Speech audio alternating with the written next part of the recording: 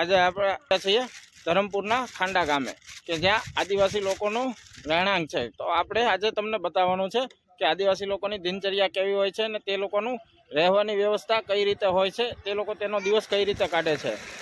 વિડીયોમાં છેલ્લે સુધી બન્યા રહેજો અને જો વિડીયો પસંદ આવે તો લાઇક, શેર અને કોમેન્ટમાં જય શ્રી રામ લખવાનું ભૂલશો નહીં।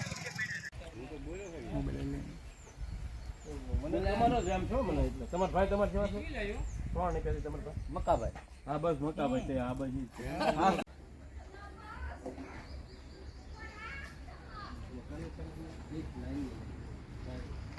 આપણે ત્યાં અંદર જઈને જોઈએ કે કઈ રીતના તેનું વ્યવસ્થા છે। સર્વ હવે આપણે અંદર જઈએ તો આ રીતના સરસ મજાની જે ગાર કરેલી હોય છે। તો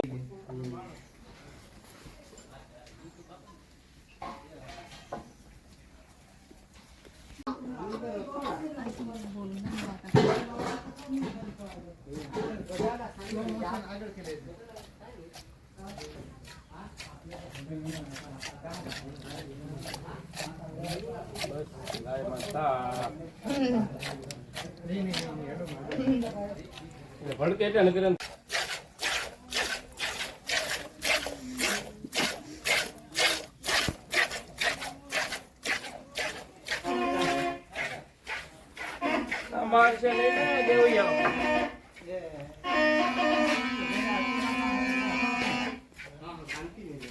ઘડીક વગાડ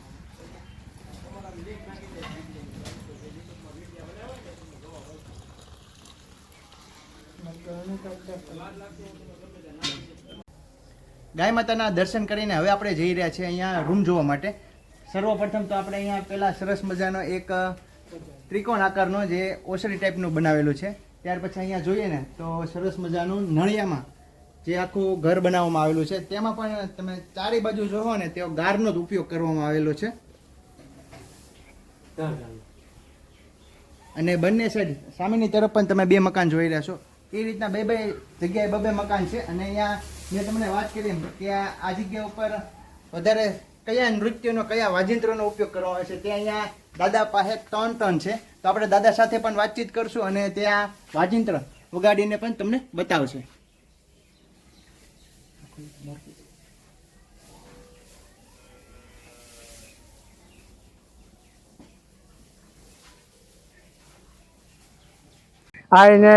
મિત્રો અત્યારે જે વાજિંત્ર તમે જોઈ દાદા, આ વાજિંત્ર ને શું નામ કહેવાય? આ તારપુ કહેવાય। તારપુ કહેવાય। તારપુ અને આ માવલી માતામાં કામ આવે।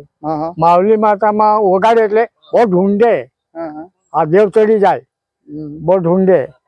પછી જે અલગ અલગ નૃત્ય કરતા હોય એના નામ અમારે ત્યાં આ દેવ માવલી ની રાખે તો માણસના બી નડે, અમારે પશુ પક્ષીને બી નડે, ગાયને બી ભેંસને બી બધાને નડે, એટલે આ માવલી માતા રાખવી પડે।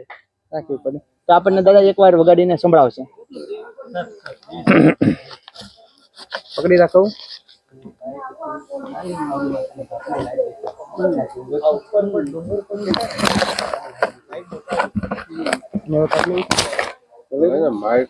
મારે દવા તો સારો આવશે, મારે કઈ આપણે કરી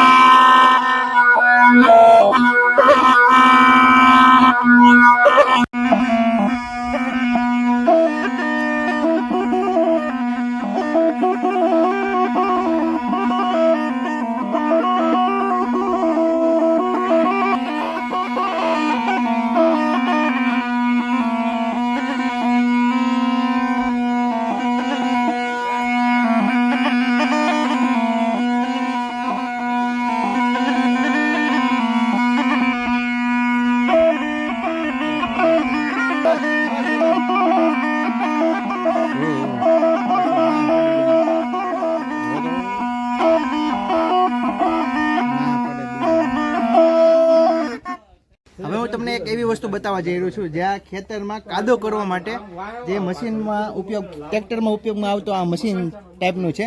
પછી એક મહત્વની વાત એ છે કે આપણે જે વરસાદ આવતો હોય તે છત્રીનો કે એવો કાંઈક ઉપયોગ કરતા હોય છે.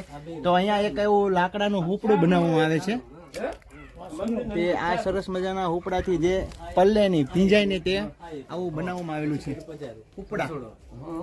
હું તમને એક વસ્તુ બતાવવા જઈ રહ્યો છું જ્યાં ખેતરમાં વાવલવા માટે શેનો ઉપયોગ કરવામાં આવે છે.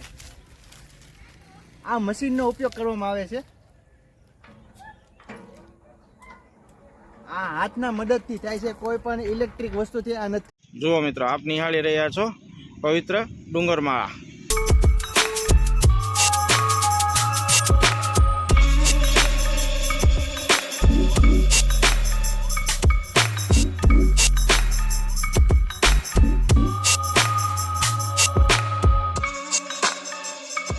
આશા કરું છું મિત્રો કે આપ સૌને આ વિડીયો પસંદ આવ્યો હશે. આ સાથે જ તે આ વ્લોગ અહીં પૂરો કરીએ છીએ. જો આપને આ વિડીયો પસંદ આવ્યો હોય તો લાઇક, શેર અને કોમેન્ટમાં જય શ્રી રામ લખવાનું ભૂલશો નહીં.